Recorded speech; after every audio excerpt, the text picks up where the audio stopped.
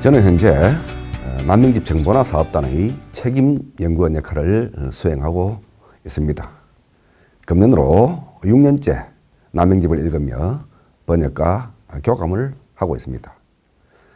그러다 보니 남명집 속에서 지금까지 잘 알지 못했거나 혹은 잘못 알고 있었던 내용들을 무수히 새로 발견하게 되는 즐거움을 만끽하면서도 그의 글 속에 숨어있는 많은 정보와 역사적 사실들을 찾아내야만 하는 어려움도 함께 감수하고 있습니다.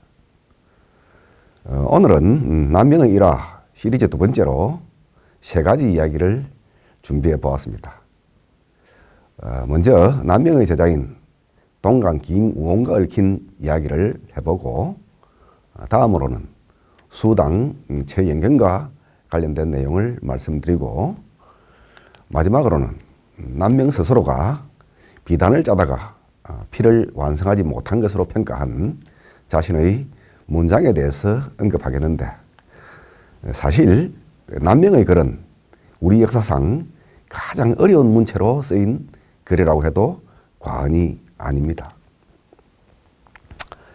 남명은 20살에 처음 응시한 과거에서 낙방하였는데 그 배경 중 하나가 바로 단천 관비와 사랑에 빠진 것이었고, 그로 인해서 아버지가 벼슬을 사직하고 고향으로 낙향하여 가까운 친척인 조윤손의 중매로 김해의 토로서 상당한 부를 축적하고 있던 조수의 딸과 결혼하게 되었다는 사실은 지난번에 이미 말씀드린 내용입니다.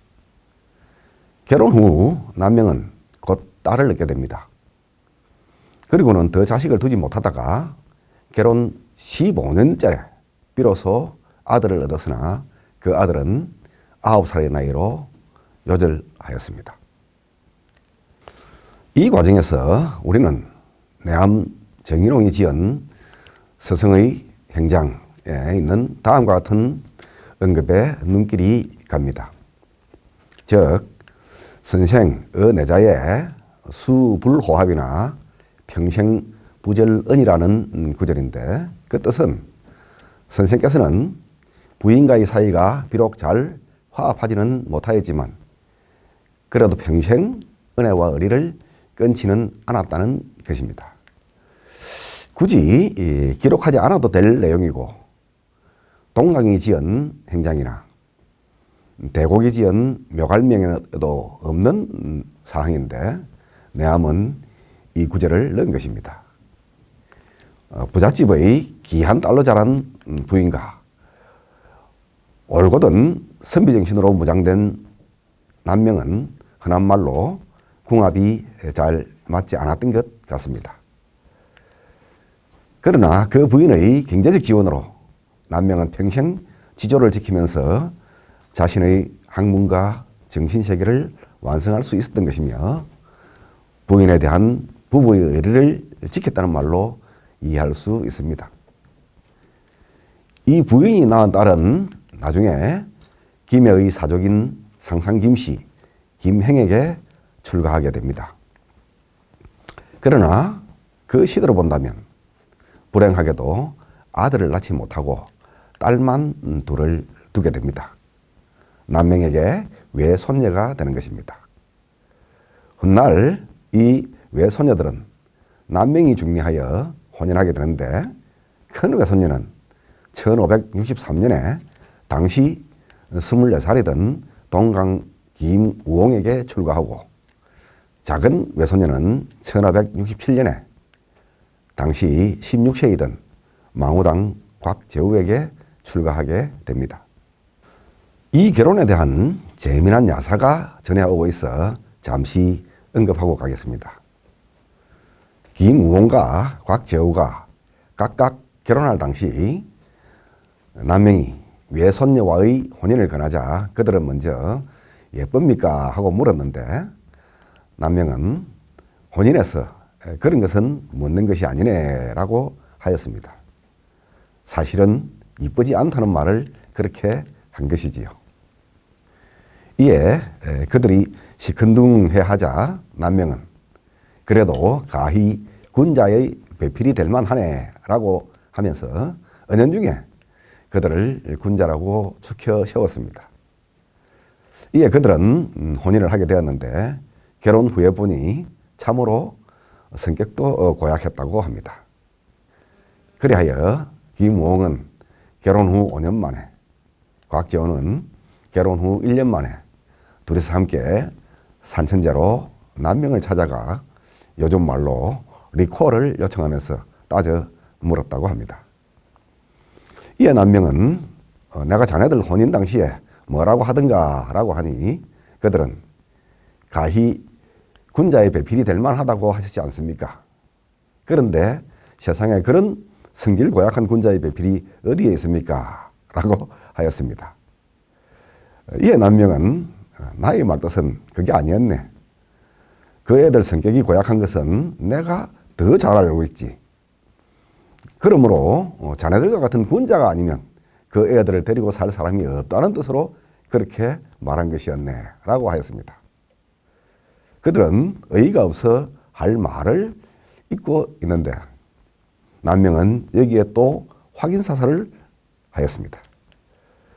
자네들이 지금 집으로 돌아가도 부부간에 다투기만 할 것이니 이왕 여기 온 김에 몇 달 마음 잡고 공부에나 전념하도록 하게 라고 한 것입니다.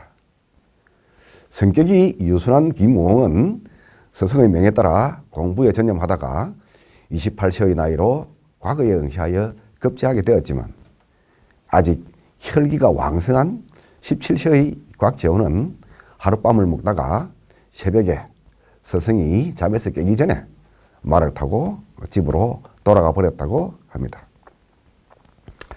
그리고는 매일 새벽마다 울분을 달래기 위해서 말을 타고 산으로 달리면서 칼을 휘두르고 창을 찌르고 활을 쏘면서 무예를 연마하여 나중에 임진왜란이 일어나자 최초로 의병군단을 일으켜 나라를 구하는 데 기여하게 되었다고 합니다.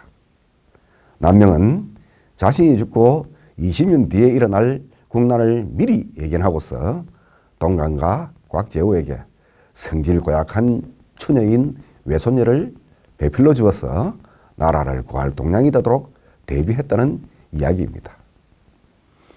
김우홍의 아버지는 칠봉 김희삼으로 남명과는 절친한 벗이었습니다. 그러므로 남명은 김우홍의 자질을 일찍부터 잘 알고 있었다고 보입니다. 현재 남명집에는 김우홍과 주고받은 편지가 10편 수록되어 있어 가장 많은 횟수로 남아 있습니다. 그 내용을 살펴보면 남명이 김우홍에게 얼마나 큰 기대를 하고 있었는지를 곳곳에서 알 수 있습니다. 김우홍이 문화에 들어오자 남명은 그에게 외손녀를 베풀러 주고 또 자신이 평소에 차고서 수양의 도구로 삼았던 성성자란 방울을 건네주면서 학문에 전념할 것을 당부하였습니다. 불교식으로 말한다면 그야말로 의발을 전수한 제자인 것입니다. 더불어 남명은 그에게 삶의 지침이 될 교훈으로 주역의 뇌천 대장계를 마음에 깊이 새길 것을 당부하였습니다. 이 그의 뜻은 뇌제 천상이 대장이니 군자의 비례 불리하니라 라는 것으로 우레가 하늘 위에 있는 것이 크게 구셈이니 군자는 이로써 얘가 아니면 행하지 않는다는 것입니다. 그 설명에 스스로를 이기는 것이 강하다. 극기복례에 이르면 군자는 크게 성한다는 의미를 함축하고 있습니다. 궁극적으로는 사욕을 극복하고 도를 행한다는 말이 되겠습니다. 이후로 근세에 이르기까지 동강의 종택에는 대청마루 벽면에 큰 글씨로 뇌와 천 두 글자를 써두었다고 전해집니다. 김우홍의 13대 종손이 바로 심산 김창숙 선생입니다. 독립운동의 1등 유공자로서 유림 독립운동인 파리장서 사건의 중심인물이고 나석주 의사로 하여금 동양척식회사의 폭탄을 던지도록 하였으며 일경에 검거되어 고문으로 안전뱅이가 되어 감옥살이를 하고 해방 후에는 성균관을 현대화하여 삼권 분립체제로 만들었으며 후진 양성을 위하여 성균관 대학교를 건립하여 초대 총장을 역임하면서 이승만 정권의 독재에 맞서 민주주의 투쟁을 주도하기도 한 인물입니다. 그의 그러한 정신은 13대 조부인 동강 김무원과 그 스승인 남명의 정신을 온전히 이어받았기에 가능한 것이었습니다. 저는 오늘 이 자리를 빌어 김창숙 선생이 남긴 자신의 일대기인 벽옹일기, 즉 안전뱅이 늙은이의 일기를 많은 사람들이 꼭 한 번은 읽어보기를 간곡히 당부드립니다.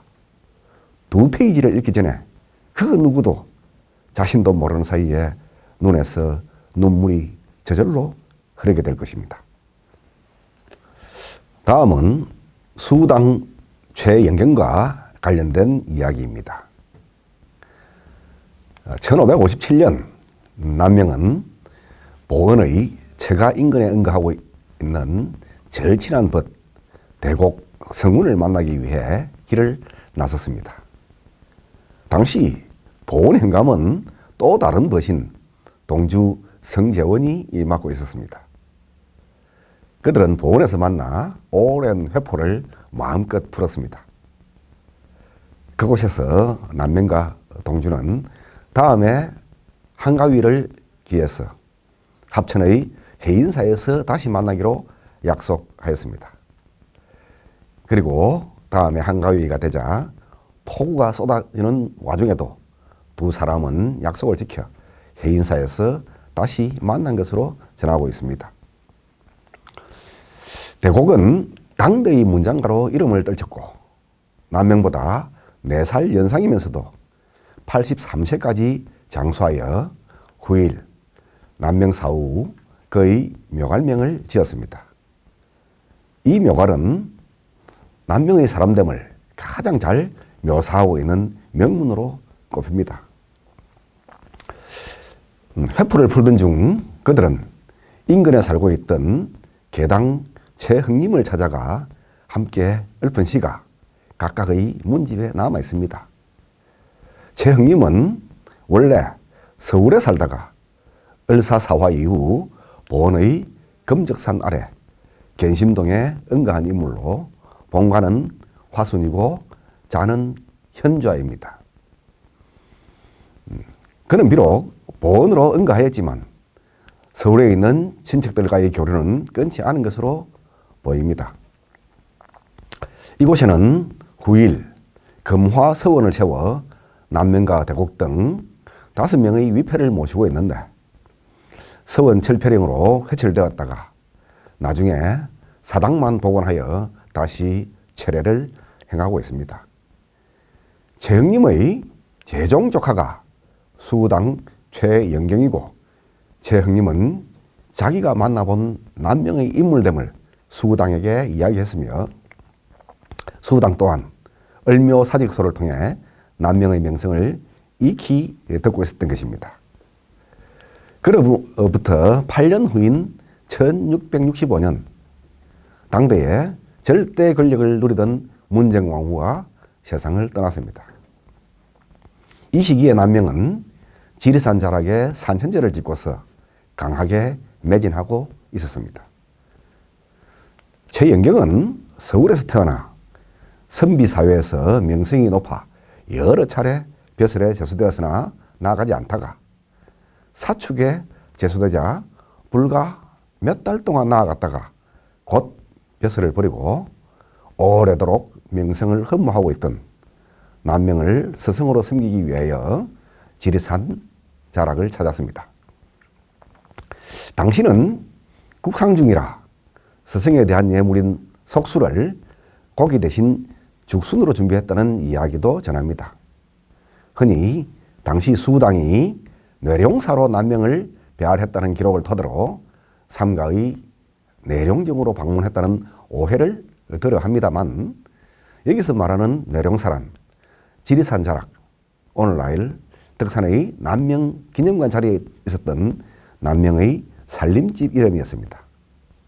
남명은 이곳에 내룡사를 지어 살림집으로 하고서 화공을 불러 벽에다 용이 성취하는 모습을 큰 그림으로 그려두었다는 김웅의 기록이 있습니다. 그리고 내룡사 옆에 지은 학교가 바로 산천제였습니다. 최근까지도 산천제는 지금의 위치인 덕천 강변에 있었던 것으로 모두 알고 있었습니다.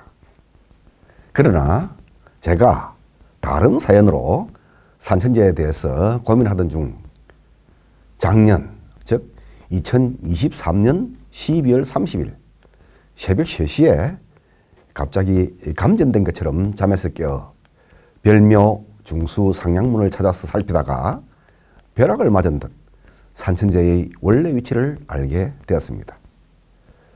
산천제는 처음 지금의 별묘, 즉 여제실이 있는 위치에 지었다가 임진왜란으로 소실되어 빈 터만 있었는데 1696년에 이르러 그 터에 남명의 사당을 짓게 되었던 것입니다. 4대 봉제사 이후 묘사만 지내야 하는 상황이 되었지만 영의정에까지 추정된 조상에 대해서 그렇게만 할 수 없었던 후손들이 사당을 지어 불천이 제사를 드리기 위해 그렇게 했던 것입니다. 그리고 정조 때 남명 추승사업의 일환으로 산천제의 복원 논의가 시작되었다가 20년 후인 1818년 순조 18년 봄 지금의 산천제는 옛날 남명이 지리산을 완성하기 위해 덕천 강변에 지었던 정자가 있던 자리에 복원하게 된 것입니다. 이후 최영경은 몇 차례 서울로부터 지리산으로 스승을 찾아 왕래한 것으로 보입니다. 그러나 몇 년 지나지 않은 1572년 2월 8일 남명이 세상을 떠나자 애통함이 매우 깊었는데 남명의 장례식에서는 덕계 5권에 이어 제자 중에서 두 번째 서열에 섰다는 기록이 있습니다.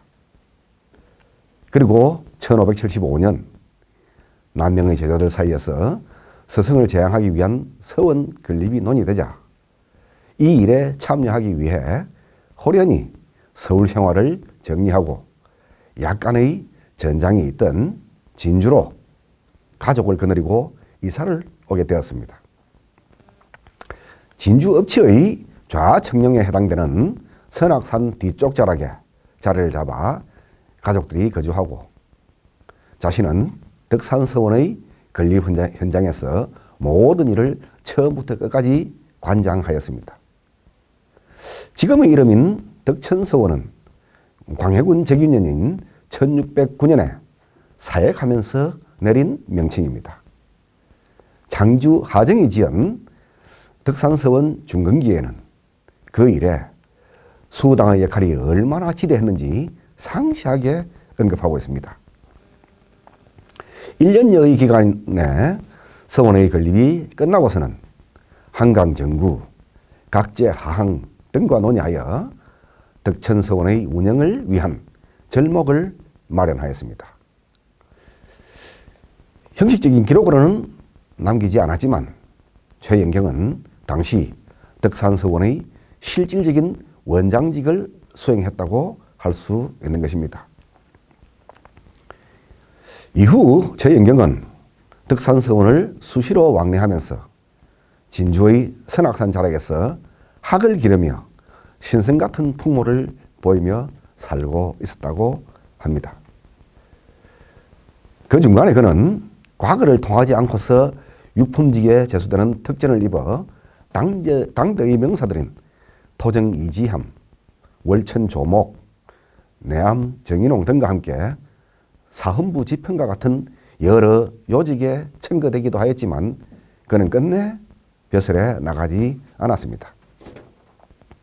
그러다 1589년에 터진 우리 역사에서 가장 큰 옥사였던 기축옥사, 즉 정여립의 영모 사건에 억울하게 주모자인 길삼봉으로 연루되어 심한 고문으로 옥중에서 세상을 떠나게 됩니다. 1차 고문에서 죄를 밝히지 못하자 방면하였다가 갑자기 다시 잡아가 2차 고문을 받던 중에 목숨이 위급한 상황이 되자 옆에 있던 사람이 혹시 남기실 말씀이 없으십니까? 라고 하자 필묵을 달라고 요청하여 종이에 발을 정자를 쓰다가 획을 다 맞추지 못하고 세상을 떠난 것으로 기록이 남아 있습니다. 제 영경은 신문을 당할 때나 고문을 받을 때 그리고 옥중에 있을 때에도 그 자세가 태산과 같이 장중하여 당시 그를 지켜본 모든 사람들이 한결같이 그의 인품과 위엄에 감탄하는 기록을 남기고 있는데 율곡이도 그런 기록을 남기고 있습니다.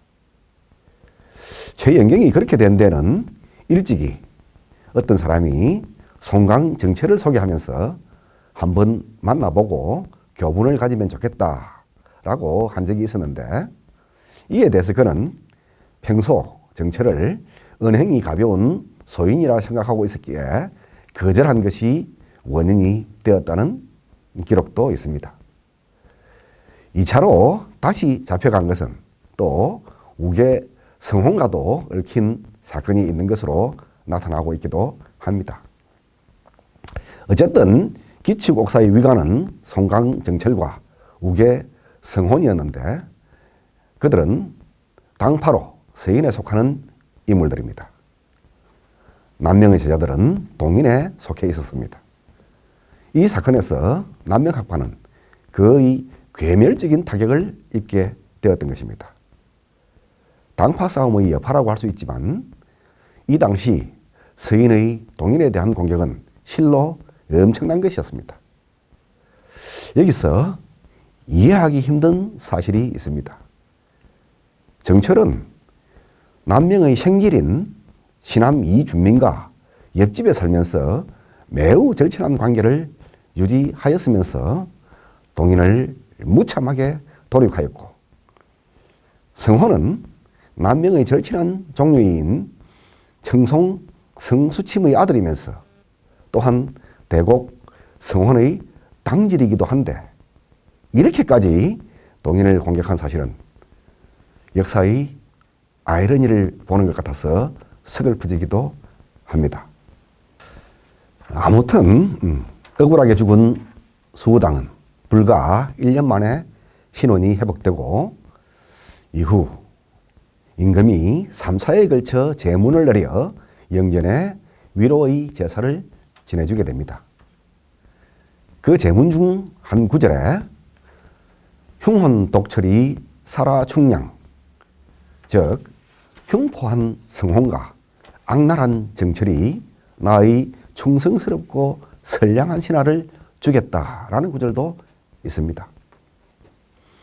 그리고 사헌부 대사헌을 추정하게 됩니다. 그 후 임진왜란으로 소실된 덕산서원을 1602년에 중건하고 다음 해부터 제례를 드리면서 수우당의 위패를 동쪽 벽면에 배향하여 함께 흠향하도록 하였습니다.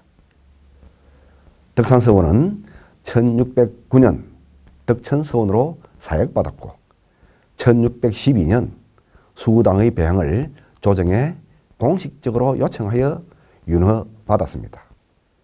남명을 모신 세 곳의 서원 중에서 오직 덕천서원에만 제자인 수우당 한 분을 배양하고 있고 신산서원에는 남명의 종류인인 송계 신계성을 남명과 나란히 연양하고 있으며 영암서원에는 남명 한 분만 모시고 제례를 드리고 있습니다. 한 가지 재미있는 후일담도 있습니다. 덕천서원 창건으로부터 거의 450년이 흐른 뒤 현대적 관점에서 남명의 정신을 계승하고 발전시키기 위한 노력의 일환으로 한국 선비문화연구원을 건립하여 개원하게 되었습니다.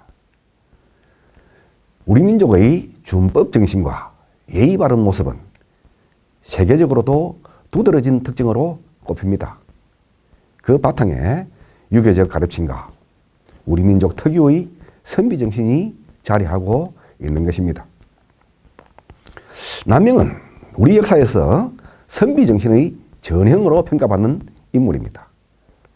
바로 이런 전통과 정신을 이어나가기 위해 한국선비문화연구원 건립을 추진하고자 하였는데 그 건립 비용이 1차적으로 대략 200억 원 정도가 필요하였습니다. 국비 200억을 확보하기 위해 당시 18대 국회의원으로서 홀로 백방으로 노력한 인물이 최구식 의원이었습니다. 당시 문체부 장관은 지금 문체부 장관과 동일한 인물이었으니 바로 배우 유인촌 씨였습니다. 유인촌 장관은 취임 후 자신의 재임 중에는 문체부 예산을 하드웨어에는 한 푼도 투자하지 않고 소프트웨어에만 투자하겠다고 선언하고 있었습니다. 그런 유인촌 장관을 설득하여 국비 200억을 최구식 의원이 결국 확보에 성공하였습니다. 그렇게 된 사연에는 두 사람 사이의 비화가 있었지만 여기서는 언급하지 않겠습니다. 더불어 유인촌 장관은 그 이전에 남명에 대한 인식을 가지는 계기도 있었습니다. 그가 KBS 역사 스페셜을 진행하고 있을 때 남명 조식을 테마로 다룬 적이 있었습니다. 방송 준비의 시간이 부족했던 관계로 현장 촬영 등은 미리 해두고서 KBS 가상 스튜디오에서 본 촬영이 진행되었는데 작가가 남명을 잘 몰라 대본이 제대로 준비되지 않았던 관계로 작가와 프로듀서 그리고 제가 함께 현장에 참여하여 실시간으로 대본을 만들고 수정하면서 방송 촬영을 진행하였던 적이 있습니다. 촬영 중에 유인촌은 우리 역사에 이런 특별한 인물이 있다는 사실을 오늘 처음 알았습니다. 좀 더 알고 싶고 기회가 된다면 연극으로 만들어 보고 싶습니다. 자료가 있으면 좀 주시면 고맙겠습니다. 라고 하면서 저에게 주소를 주었으므로 촬영을 마치고 내려와서 곧 남명과 관련된 여러 자료들을 소포로 보내준 기억이 있습니다만 그 이후 아직까지 그가 남명을 주제로 연극을 만들었다는 이야기는 듣지 못했습니다. 아무튼 어렵게 확보한 국비로 수년간에 걸친 건축공사를 마치고 드디어 2016년 봄 한국선비문화연구원은 임시로 개원하게 되면서 제가 가장 먼저 책임연구원 직함으로 들어오게 되었습니다. 개원 초기에는 홍보가 전혀 되지 않은 상태라 운영에 심각한 어려움을 겪었는데 6개월 후 가을 그동안 여러 후보가 물망에 올랐지만 결국 최종적으로 다시 최구식 전 의원이 초대 원장으로 위촉되어 운영을 책임지게 되었습니다. 연구원 홍보에 노력하면서 부족한 예산을 충당하기 위해 다시 여러 방면으로 노력을 기울여 2018년부터 국비와 도비 그리고 군비를 어느 정도 확보하여 첨단 시설에서 고급 연수를 진행하는 기관으로 면모를 갖추기 시작하였습니다. 2019년도에는 거의 정상 운영이 가능하게 되어 연간 2만 명 이상이 연수를 수행한 기관으로 우뚝 자리 잡게 되면서 숙박시설의 부족을 느껴서 준 호텔식 숙소 35실을 갖춘 별관까지 신축하게 되었습니다만 2020년 코로나 사태로 인하여 3년간 개점 휴업 상태에 들어갔다가 이제 다시 거의 정상 상태를 회복하고 있습니다. 역사에는 우연보다는 필연이 많은 것 같습니다. 450년 전 덕천서원을 창건하여 당시에 남명 사상을 계승하고 선양하려던 사업의 선봉에 수당 최영경이 있었습니다. 450년 후 현대의 시대 정신에 맞게 다시 남명 사상을 중심으로 하는 우리의 선비 정신을 되살려 발전시키려는 한국선비문화연구원의 설립과 운영에 혼신의 노력을 쏟고 있는 최구식 원장이 있습니다. 최구식 원장은 바로 수당 최영경의 13대 직손입니다. 그 13대 할아버지가 시작한 사업을 13대 후손이 이어받아 계승, 발전시키고 있는 것입니다. 이것이 어찌 우연이라고만 하겠습니까?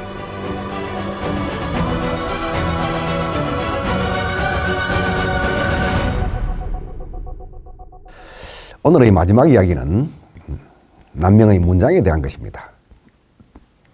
제가 이끌고 있는 남명집 정보나 사업단은 올해로 6년째 남명집 번역과 교감에 집중하고 있습니다.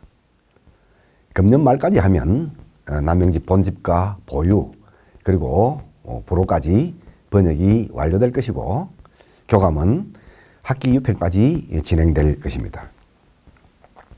남명의 글을 이렇게 열심히 읽은 사람이 요즘 세상에 또 누가 있을까 싶습니다. 남명집을 읽으면서 가장 크게 느끼는 점은 남명의 글은 너무 어렵다는 것입니다.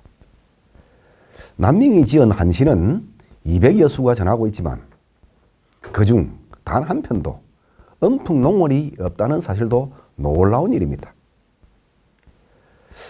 남명의 문장에 대해서 동강 기무홍이 남긴 행록에 다음과 같은 글이 있습니다. 다소 길지만 이를 번역하면 젊어서 크게 발본하여 문장가가 되기를 업으로 삼았는데 유종원의 글을 가장 즐겨 읽고 힘써 이를 사모하여 본받으려 하였다. 비록 몸을 낮추어 과거 시험장에 나가서도 또한 잠시라도 우리나라 사람들이 속되고 저급한 문자 보기를 좋아하지 않았다. 그 시를 지으면은 또한 고시를 깊이 사모하여 뜻을 굳게 하였다. 만년에는 일찍이 스스로 말씀하시기를 나는 고문을 배워서나 능히 이루지 못했는데 퇴계의 문장은 본래 근문이지만 오히려 성숙했다. 이를 비유하면 나는 비단을 짜다가 한 피를 이루지 못하여 세상에 쓰이기 어렵지만 그는 무명을 짜서 한 피를 이루어 쓰일 수 있게 되었다고 하셨습니다.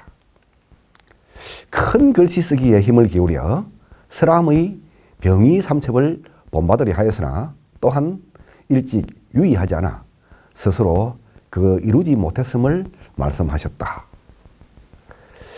여기서 말하는 병위삼첩은 서람의 필체를 모은 서첩집으로 몇 가지가 전하는 그의 서첩집 중에서 조선에서 가장 많이 유포된 것입니다. 위 내용을 분석해보면 남명은 일찍부터 문장가로서 이름을 떨치려고 발분하여 유종원의 문장을 가장 즐겨 읽고 이를 본받으려 하였다고 했습니다.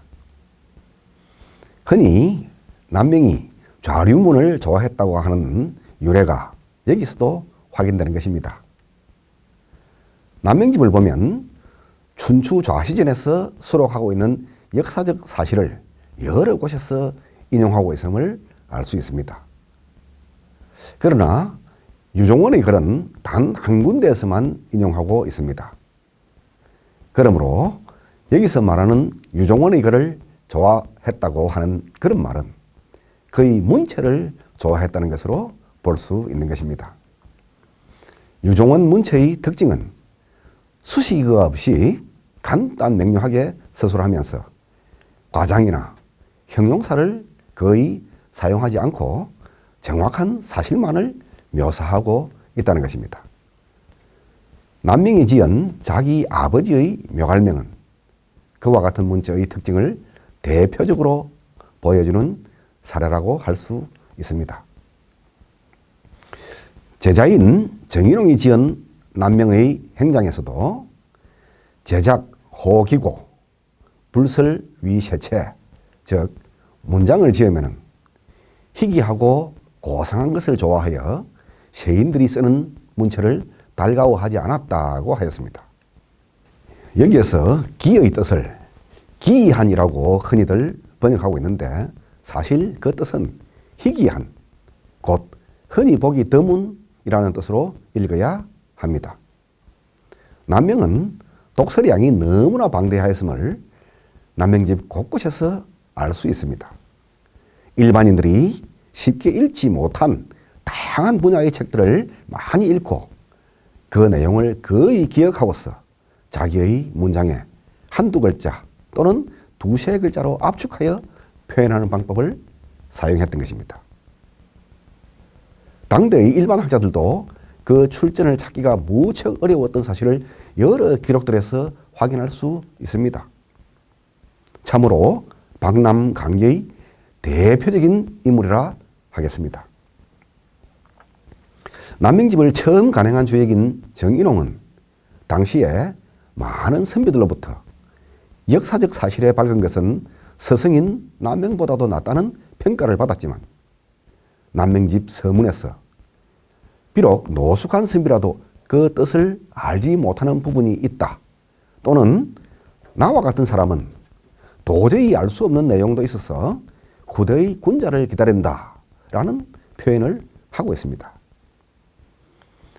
남명집 번역이 어려운 이유 중 대표적인 것이 이러한 전고 찾기와 지명 등과 같은 고유명사를 이해하지 못하기 때문입니다.